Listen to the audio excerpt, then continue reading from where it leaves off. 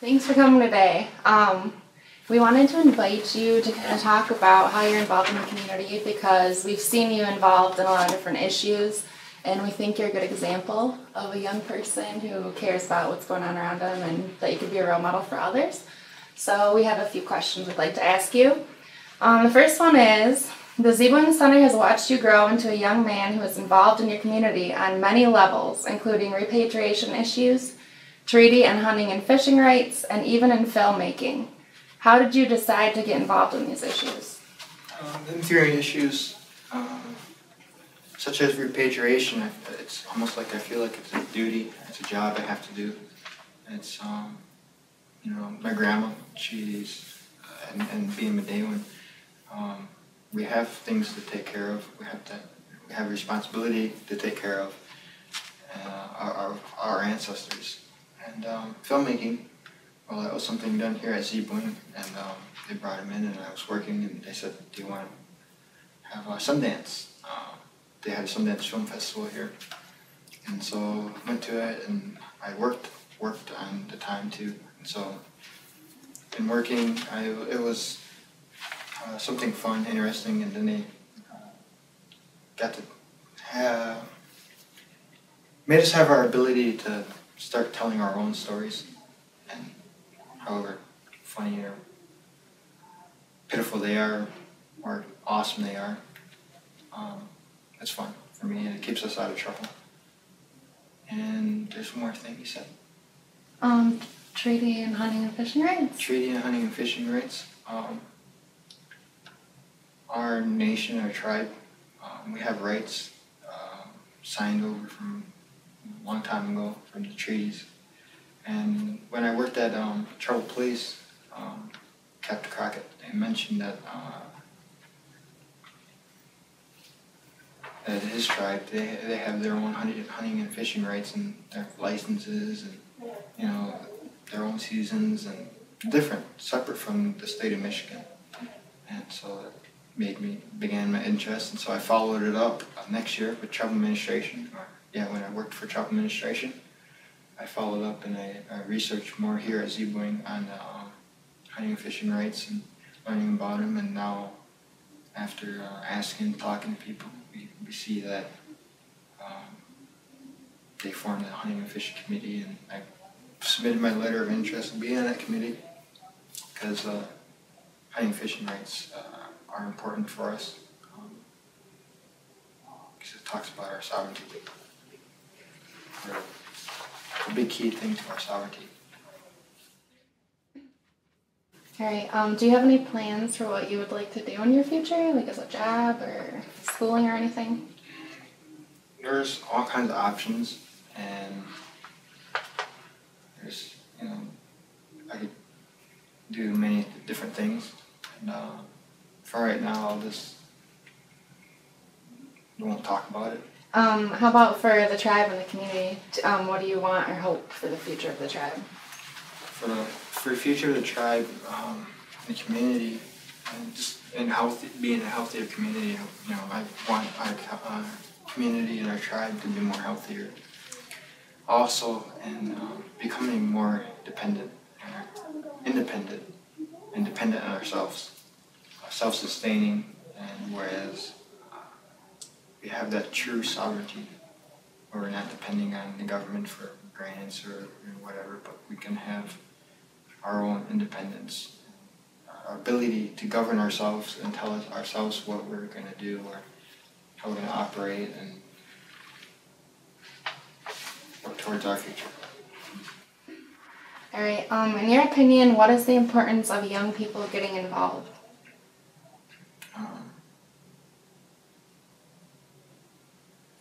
I think it's really important for the young people to get involved because without us getting involved in whatever's going on,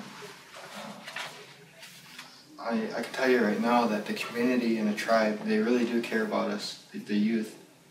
But sometimes it's hard to make programs or do things for them or make decisions that affect them because the youth may not be organized or whatnot just reflect back if it's going well, if it's not going well, or if they like it or if they don't like it. But the youth are really important in communicating with whatever. It's like our government, our tribal council, they might make a program, and that'd be so good. So the youth need to get involved and say, well, this is what we want, this is what needs to happen. And they see things from another perspective that the tribal council or leadership don't see. But the overall importance of the youth getting involved is so that the tribal community or everybody knows what the youth want or what the youth need. And without that, the youth don't have a voice, and so the leadership and the tribe are taking blind shots or guesses and of how to take care of us. And you were telling me a few days ago that you actually have a youth council now that communicates with tribal council administration. So beforehand, we have all kinds of committees and stuff to take care of the youth, like a youth task force. But often they'll do programs for us, and maybe not all of the youth are there, and it doesn't help the youth or whatever. Maybe it does. It probably does. But with the youth council, the youth group, we're able now to communicate on issues that we're facing, and tribal council can now find that source of, okay, what do the youth want? And the youth, want this or need this. What do the youth need? And very often beforehand, before we had the youth group, tribal council had our leadership had very limited areas. They maybe could ask a couple youth, but now they are able to ask the youth in that organism. Is there anyone in the community who you look up to as a kind of mentor or role model?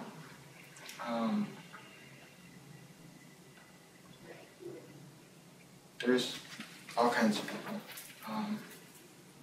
I really try and take a little bit from everybody, or the goodness out of everybody, or listen. Everyone has something positive they can share.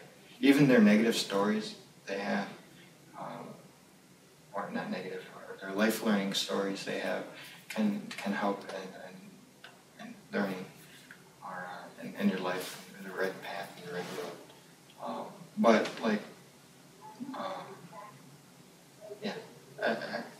everybody really is a mentor. Is there anything else you want us to know about you, or you want to know about any of the causes that you're involved in?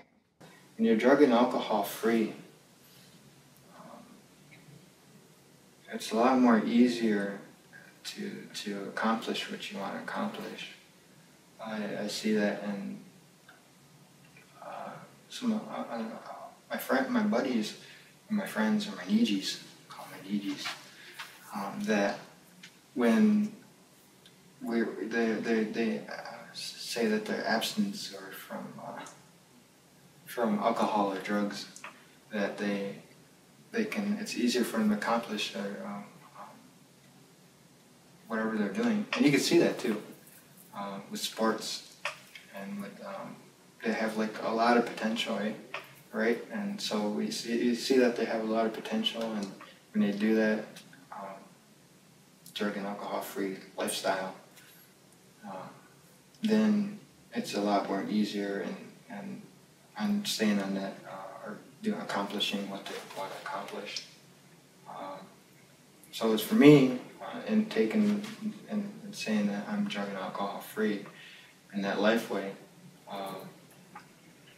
It's a lot more easier having them around, especially in this day and age when we have in high school it's always been like that. Or maybe it sounds like it's always been like the peer pressure of giving into that drug and alcohol way of life, or you can try it and stuff, but I'm caught up in it. We see every day, a lot of people get caught up in it, and then we see that their potential or what they could have done is not as I'm not there, but I don't know. So the importance of drug and alcohol and being free and having buddies is amazing, and I'm ever grateful for that. And another thing is being grateful for where I am right now, and where we live. And we live in Michigan, surrounded by water. As my grandma was just talking about this yesterday, and how being surrounded by water, we're no longer we don't have to worry about having fresh, clean water or whatever, and just being so fortunate to have the ability to have financially secure, or more secure than a lot of more other situations or tribes are right now, or even people in everyday life, and having that tribe to have support for you. Rambling on. Well, that's good. Anything else you want to say on other topics?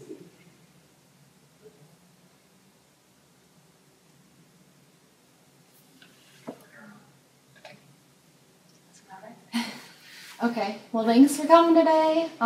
Really appreciate you being so active in the community and offering to come in and give your time for an interview. I feel like I covered a lot more. We should have recorded that one. No, it was good. At least recorded on like a hidden. Let me watch Dave.